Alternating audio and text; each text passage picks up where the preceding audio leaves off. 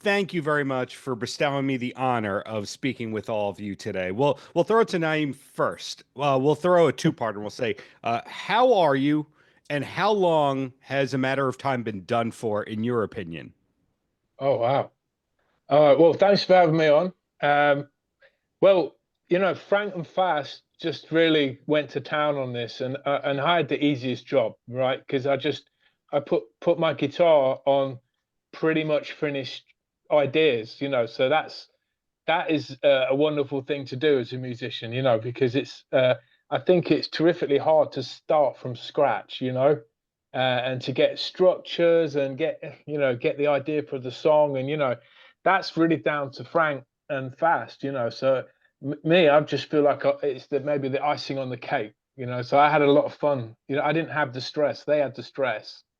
Wow. So for me, it was an absolute pleasure, really. I didn't have the, when you're working in a band, you can have some, you can get loggerheads with many different ideas, and it was already, all those things had been sorted out when I led my parts on. So yeah, it was a wonderful experience for me.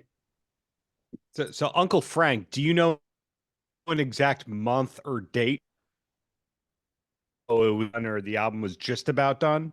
Well, I mean, as far as it being complete, if we're talking about the recordings of it, it was done quite a few months ago, really. But if we're including the mix process, that's still been going back and forth as recent. Me and Fast have been going back with that kind of process, which does take a long time because we're kind of the quality control that Fast has and I have is pretty immense. So we go back and forth with our amazing mix engineer, Tim Latham, who's done every Criminals album. That was still being done recently, up till about 4 or 5 weeks ago, was correcting things that we didn't like. But as far as it come around pretty quick, as it does when we put our brains to it. When Fast locks himself in his studio and I lock myself in my studio, shit happens pretty quick and it's pretty intense.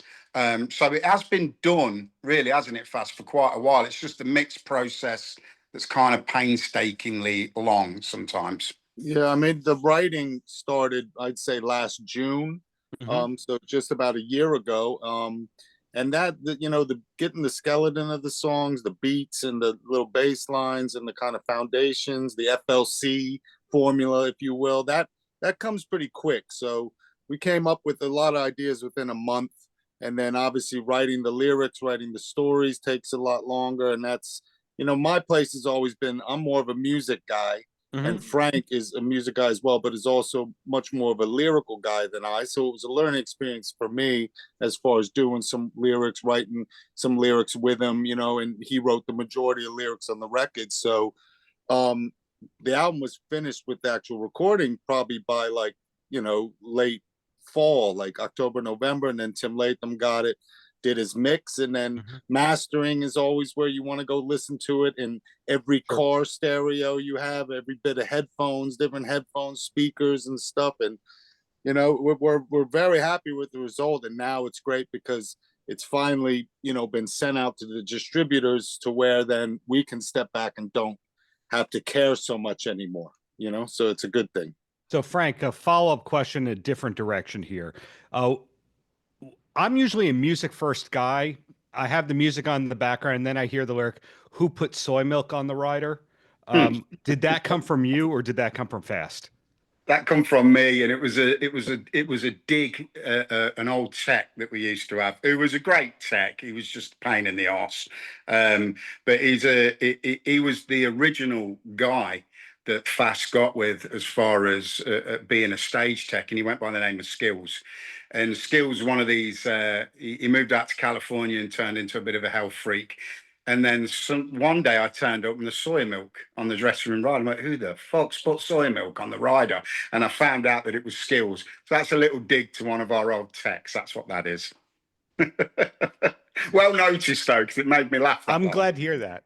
That made me laugh. I just on in the background, and you go, "What?" Okay, great lyric right there. Now, so Fast, you caught my attention with this record when you put out a kind of a missive, kind of an essay about the gratitude you had, your years with the Limelight, Moses on Acid, etc. And I didn't know 98% of that. I never thought of you as a Limelight guy from that scene of New York.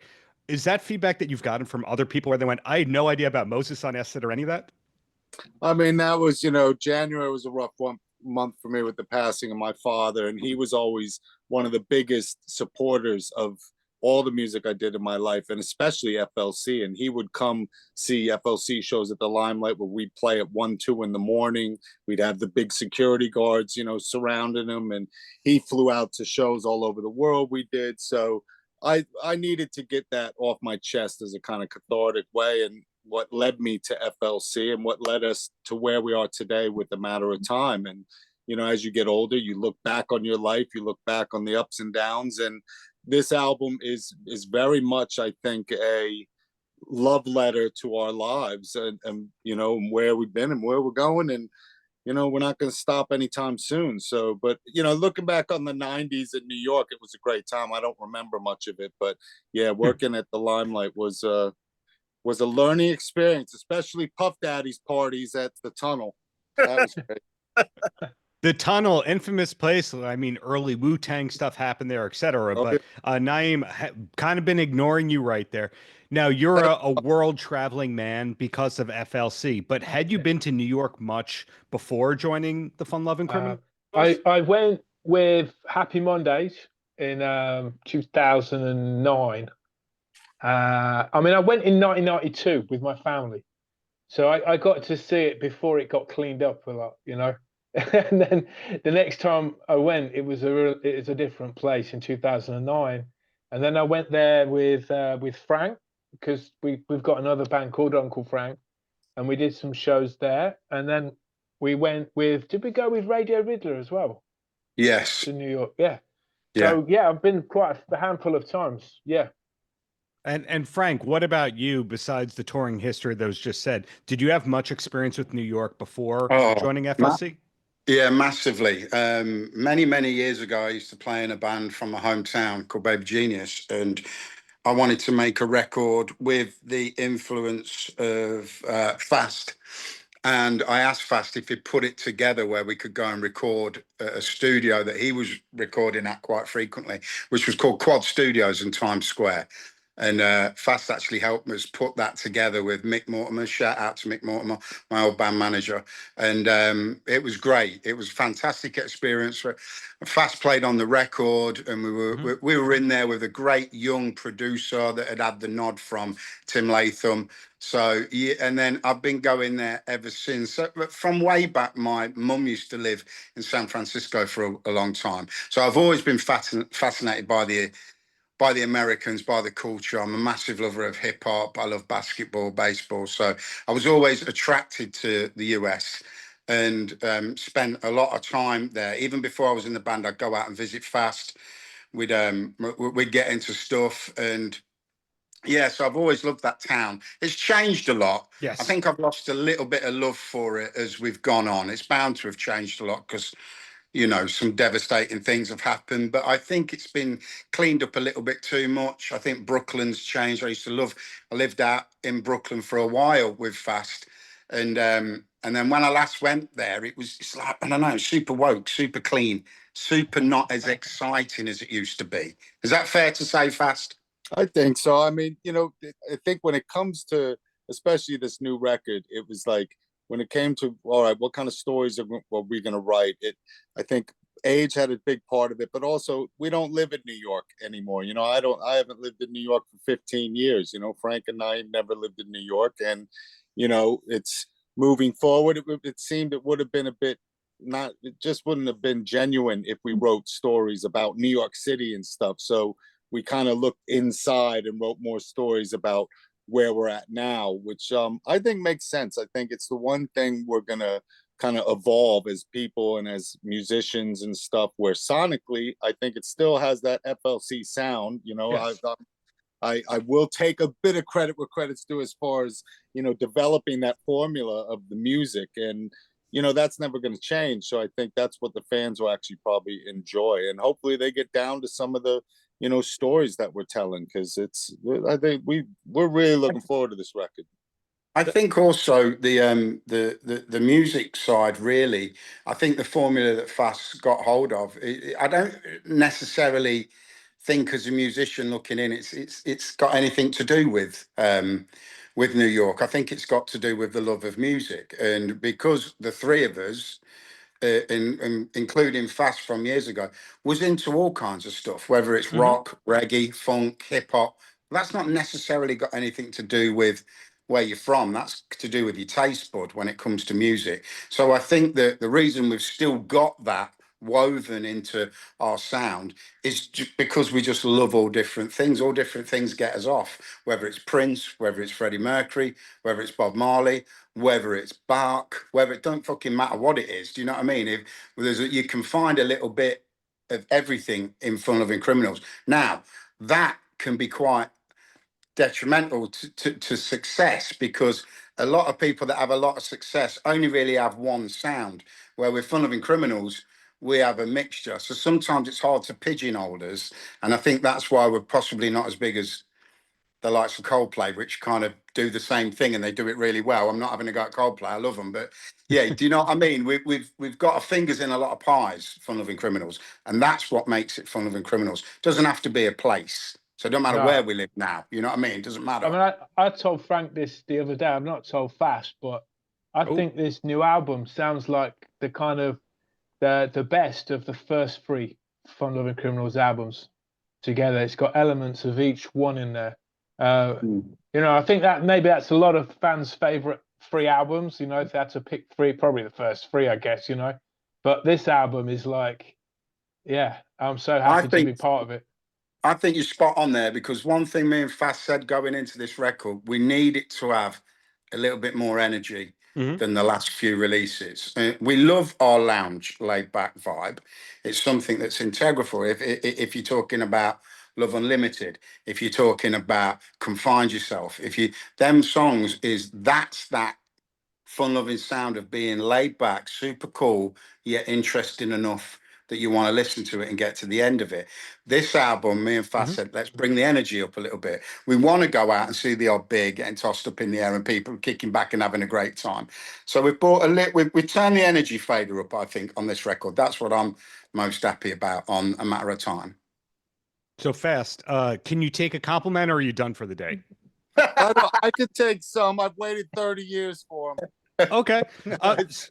So when I first heard, and this does turn into a compliment, when I first heard like, oh, Fast is now on lead vocals, I went, oh, okay, I'll check that out. And that's what I thought. And you had made a comment or two publicly that, oh, well, we'll see how it goes. And then now hearing you on this album, I would never know this is a guy that has only been doing that for now 2, 3, 4 years. In your case, are you finally comfortable as frontman? I'm comfortable doing the vocals because it's the obvious choice, and similar to when we started the band, it was obvious it was better for Huey to be it. He had the coolest voice. I have the most New York voice. We didn't want to get someone else in, to be the front man or singer of the band, because it's not something we want to do. I mean, as far as being a front man, what I like about the band now is it's very similar to how it was back in the days before the press were blowing up certain members of the band and making them the front man. It was more like the Beastie Boys. Who's the front man in the Beastie Boys? There's no front man. It's the three of them. And I think with us, that's a similar thing that I really want to happen, because I don't want the responsibility of everything falling on me. And that's why if you come to our shows, Frank's introducing some songs, I'm introducing songs, we're all chit-chatting between songs. We try to get Naim to talk a bit, as long as his very high-pitched English accent doesn't come through so much. But I think I like, poor bastard. I'm happy where everything is now. And I mean, doing vocals, it was great to get up to Leicester and work with Frank, who's, done a lot of singing in his life, and Naim as well. Naim's got some other albums and stuff. So it's great to work with people on how you actually bring the best voice out, how you, work on the different accents as far as, the intonation with the voice. And, to me, I see the voice, being a music guy, I see the voice like another instrument. So it's like important it fits the sonic frequencies. You know what I mean? I mean, to be fair, Darren, it's really not easy. Like that's one of the hardest things is remembering your lines is difficult. And fronting it. But the cool thing that what I like about it now is that Fast is like an anti-superhero. He's an anti like front guy, which is great because the last thing this band needs is another fucking egotistical mental lead singer. So the fact that that to Fast is not why he does it. He does it because it's a necessary to do it, and he's done really well. Because take it from me, I've fronted a few bands over the years, and it's a different skill set. Yes, to pressing notes and playing notes. It's totally different. So I think he's done really well, and it was fun getting in the studio and like homing some skills that because he plays so many instruments and does such other stuff. This was the missing bit, but now he's got it and it's good. But it isn't easy, Darren, doing that. So No. kudos, Well, really. Thanks, Frank. I mean, I consider myself the Rorschach of Watchmen of Fun Lovin Criminals. You know what I mean? Did I'm you like say the the- Horseshack? Horseshack from Welcome not Back, Kotter? Rorschach from Welcome Back, Kotter. Frank's the Barbarino, and you're the Epstein, Naim. Well, I have more did it. I have one question for each of you, the same question, then a New York question for Fast, and then we're done. So Naim, time. Do you have a favorite song on the album or a favorite song from it to play live? Well, off the new record. Yes. Yeah. Well, we haven't done them live yet, but we're going to be practicing them this week. Me and Frank are going to get ready. So I don't know. I couldn't tell you yet. Really, I've got to try them all out. Sometimes the ones you think are going to be a favorites to play aren't. To rudely interrupt you, I thought when I saw you in New York a couple of years ago, I thought that you had done part of Face of Giants. Am I wrong about that? Yeah. Yeah. Yeah, with all due respect to you, my friend, I don't know what you were drinking or smoking, but it wasn't. We hadn't thought of it yet. But I could see how that, and that's when you sent that email, I was happy with that because it was like, okay, we know that the formula is still working because if people are being reminded of songs based on other songs we're playing, then that's nothing but a good thing. So, Yeah. So can you guess, Naim, what your favorite song from the album might be? Is it Face of Giants? I'm going to say it is what it is because selfishly, that's a big guitar song.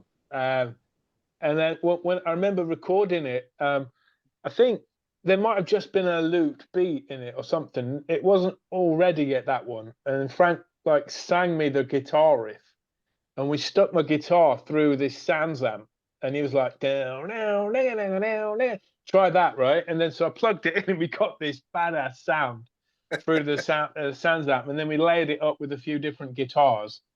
Yeah, that was proper Led Zeppelin style Mad Led rock Zeppelin. song. Yeah, so that's going to be good to play. That's a festival. Yeah, that's a banger. So track 2 is your favorite. Frank, do you have a favorite song? And it's fine if the answer is no. I don't know. That's a difficult one because they all mean a different thing to me. So I love. I tell you what, the song that surprised me that I love the most was Fast chopping up some old raps that me and him did quite some time ago. It's a bit like Prince. He went back into the vault, which we have a lot of songs in the vault, or as we call it, like, hard drives that are gathering dust everywhere. But there's one called Full Stop, which is going to be our second single. And it come from nowhere, really. Classic Fun Lovin Criminal, big beat, Beastie Boys-esque. And then it was like, okay, well, I'll start writing some lyrics. And he went, well, hold up, we might not need any. And then sent me this stuff, and he chopped up stuff going back, I don't know, 15 years maybe. And I was like, oh shit, we don't really need to do anything to that. It's got energy. It's got classic Fun Lovin Criminals. It ticks our box for hip hop because we're such lovers of hip hop, me and Fast. Sure. And There's sick lyrics on that. They're sick. I love sick that one. lyrics, but lyrics Yeah. that I forgot me and him had wrote all them years ago. So that actually is quite exciting. I'm looking forward to playing that. But then again, I look forward to playing a song called 1972. 1972 is one that I'm really buzzing about, just because I never started writing lyrics the way that I did with that one, and I wanted something that Fast would really relate to, and the biggest thing is me and Fast were born in the same year. We're exactly the same age, born in the same year, and I just thought, what are all the interesting facts that happened in 1972? So I went on Google, and this list just come up, and all I really did was took everything that was happened in history in that year and put it down into a song with a loose melody and then sent it to Fast. He did put lines that meant something to him as he was growing up. But that song is, yeah, it's super cool. Never wrote a song like that before. So he learned something every day. It was a bit of a first for him. Classic rock. Yeah. Fast added Fast added the Nixon reference. There's a couple I threw in there. There's the Americanized side of it. Watergate was a big one in '72. So yeah. It's interesting when you hear that, and it's really good. And the chorus means something because it's about, you know, our mother's birthing us. It's that 1972 was the first time that we could see, first time you open your eyes when you come out of the womb. So it's a heavy song, as well as referencing all the stuff we grew up with and what was big in 1972, which is amazing. It's a factual great. Because I didn't know it was the first year the digital watch come out. I didn't know that, you know, it was the day that the year that Vietnam ended. I didn't know all this stuff until I researched it. So it's kind of interesting song. So I'm looking forward to playing that. And Fast, your favorite song, and then the New York follow-up, and then you're free for me. All good, Dan. Thank you. It's like Frank said, every song is like a child to us. You know, some we like more than others, depending on certain days and stuff. I personally love the song All Across the Lands because the lyrics to me, that's one. The story is about what's made me who I am today, is this complete conspiracy theory nut, even though most of the things are true, but we won't get into that. But it's a song.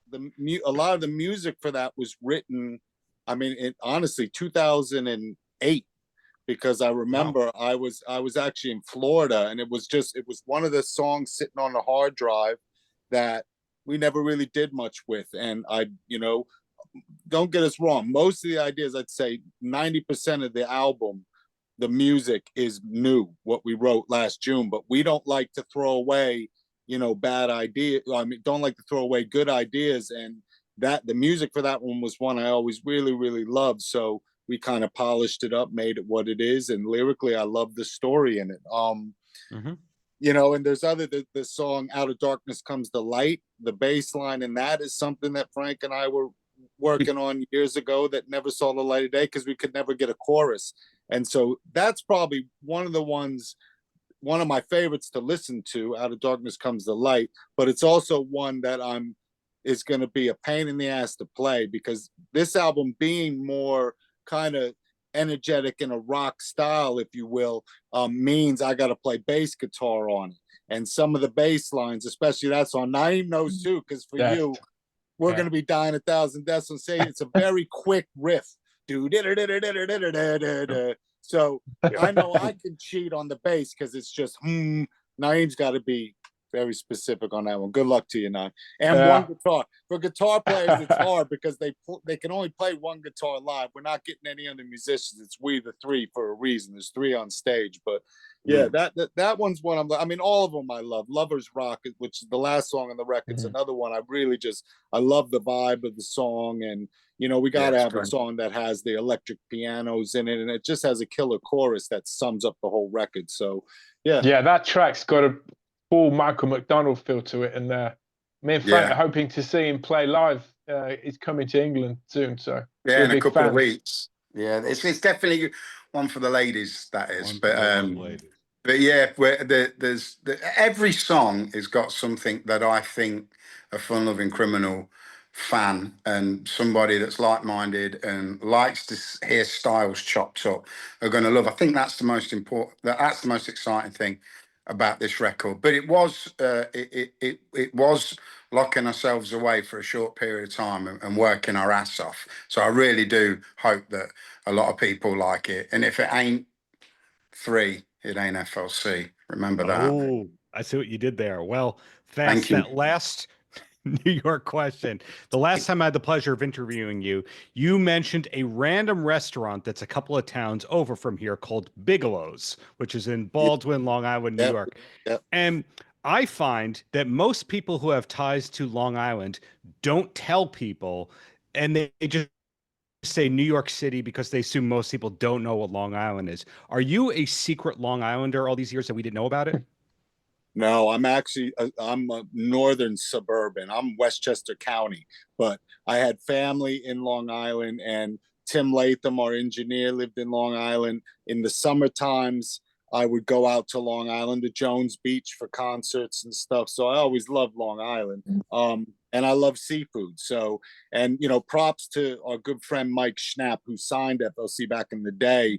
We would always go jump in his 70s, I think 76 or 70s Eldorado convertible, drive out to Long Island where he grew up, and go have, you know, Bigelow's and go to pizza places out in the far reaches of Long Island. So it's, you know, I think for any New Yorker to not, you know, Long Island is like the 6th borough.